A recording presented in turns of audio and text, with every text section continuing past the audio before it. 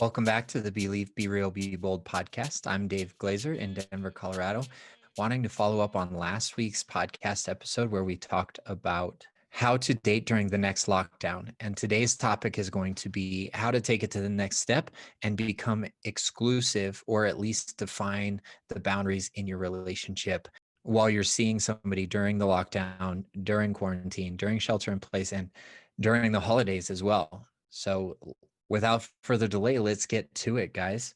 I've had a lot of conversations with people in our community over Instagram or email or in our private group calls recently about like how to ask for what you want. And so the principles that we're going to talk about in today's episode can be applied to a lot of different areas of your life, not just determining exclusivity. And this conversation begins with another opportunity to establish boundaries between yourself and the other person. To reiterate last week's episode, setting boundaries is showing love to your partner, showing love to another, and also showing love to yourself.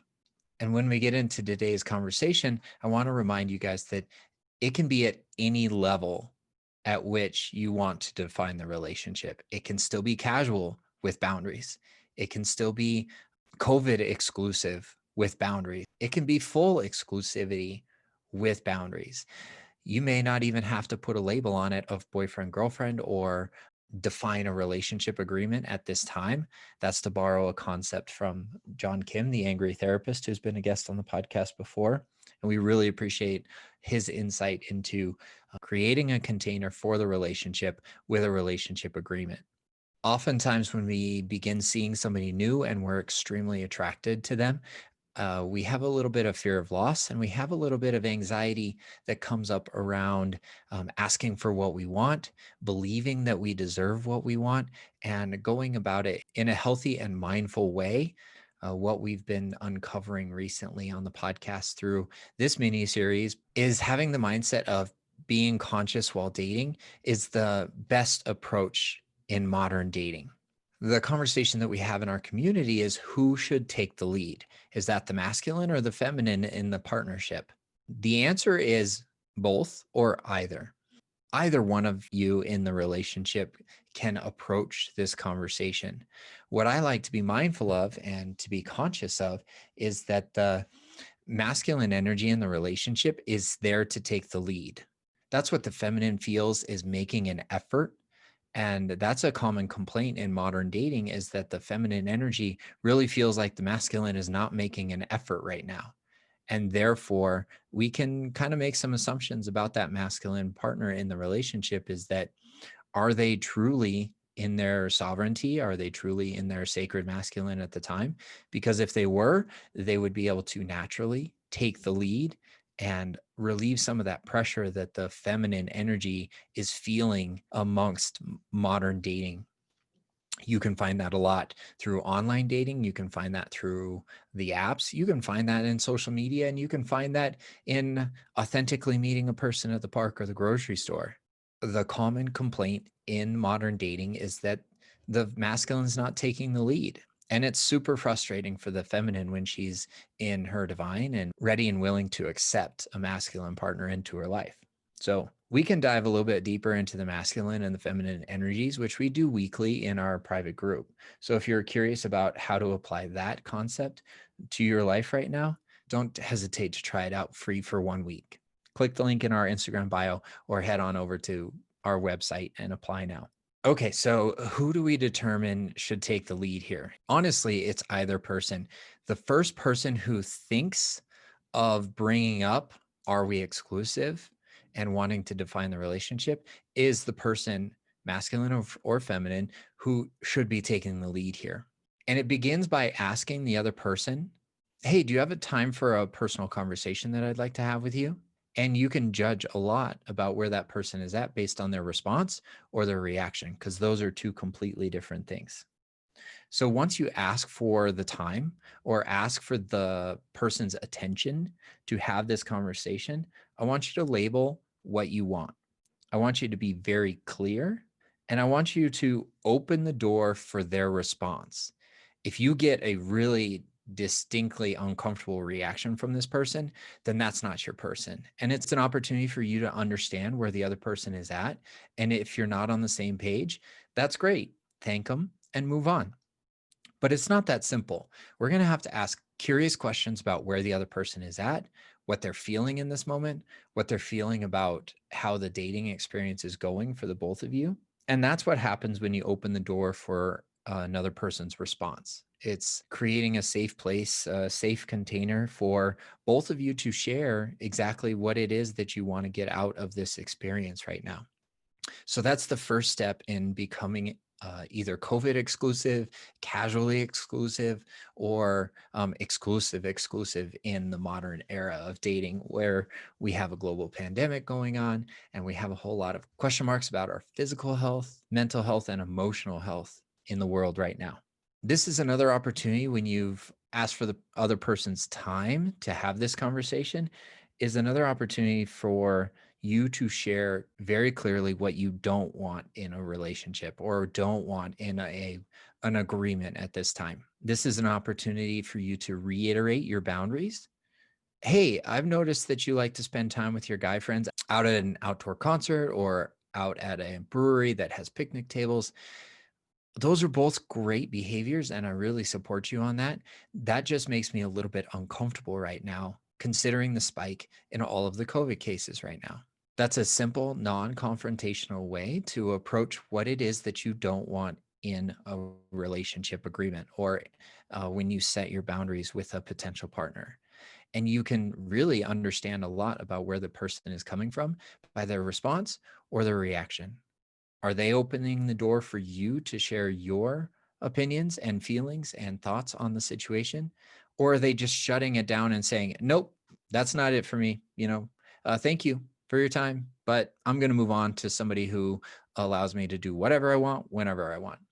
And that would be considered more of like a reaction to you opening the door for a healthy, conscious conversation with somebody that you may not know that well. Maybe this is 2 or 3 dates in, maybe it's 5 or 6 dates in, and you're starting to become more conscious and concerned for your own physical, mental, and emotional safety at this time.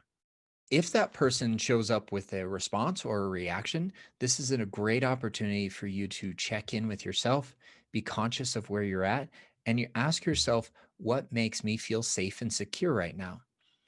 Is this person capable of meeting my needs when I'm voicing them clearly and compassionately and with a whole lot of grace for another person's experience right now? If the answer is yes, then we can proceed with asking our potential partner. This is an opportunity to ask more curious questions. Okay, what do you feel like when I'm working in person with clients? What do you feel like when I'm training at a local gym? Because I feel like my mental and emotional and physical health is improved when I'm lifting heavy weights. And it's something that I'm passionate about.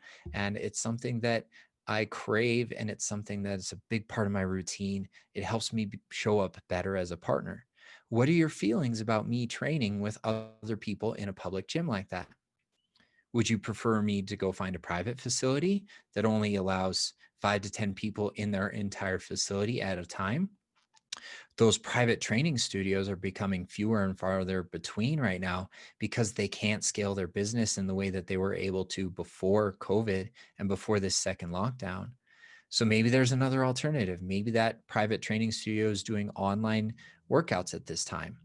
And if that's something that you and your potential partner agree on, that's the right fit for one person maintaining their physical, mental, and emotional health, while the other person is reiterating their boundaries and what makes them feel safe and secure at this time. It's a great opportunity for you to deepen the connection with somebody that you want to become exclusive with. Again, this can be at any level that you choose and that is agreed upon by your partner. And then finally, what comes along with this relationship agreement, defining what you want, what you don't want, is describing what healthy communication looks like for you, and then understanding how your partner wants to be communicated with at this time too.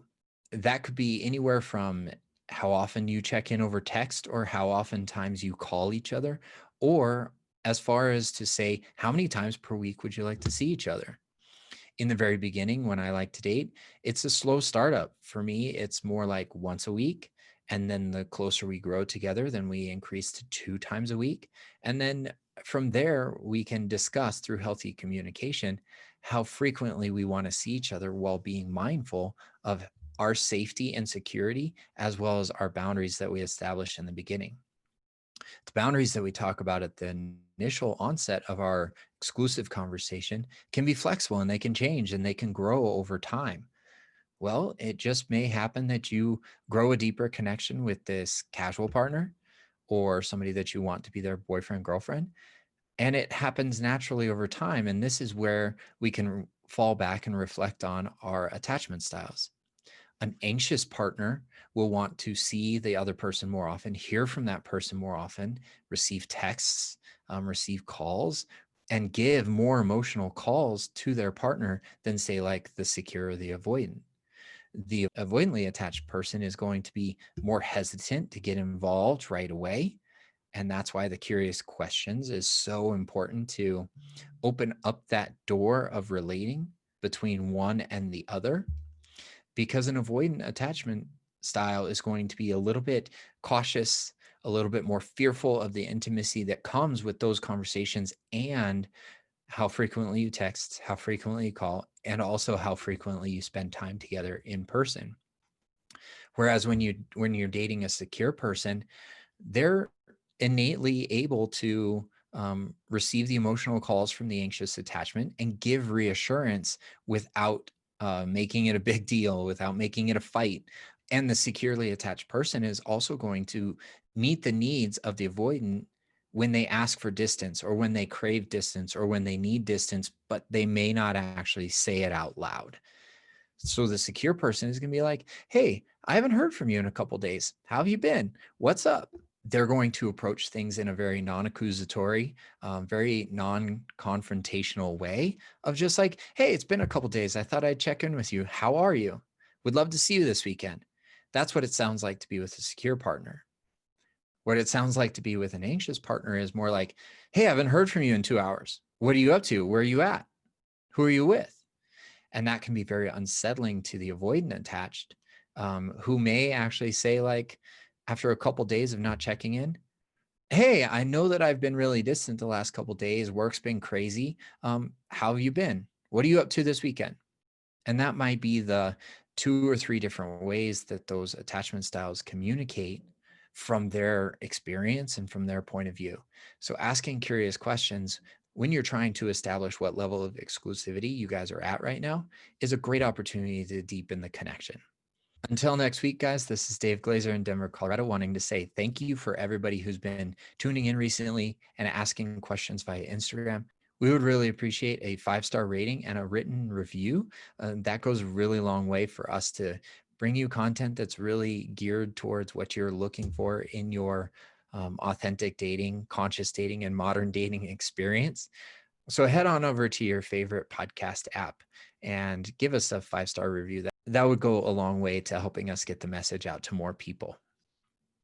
Stay tuned for next week's episode where we're going to talk about when to send the good morning, the birthday text, and the holiday text to an ex or to a brand new dating partner. Can't wait to bring you that unique perspective from the Enneagram and the attachment styles, all brought into one great conversation. Talk to you next week. Don't worry about the rumors you hear. Stop listening to the little birds.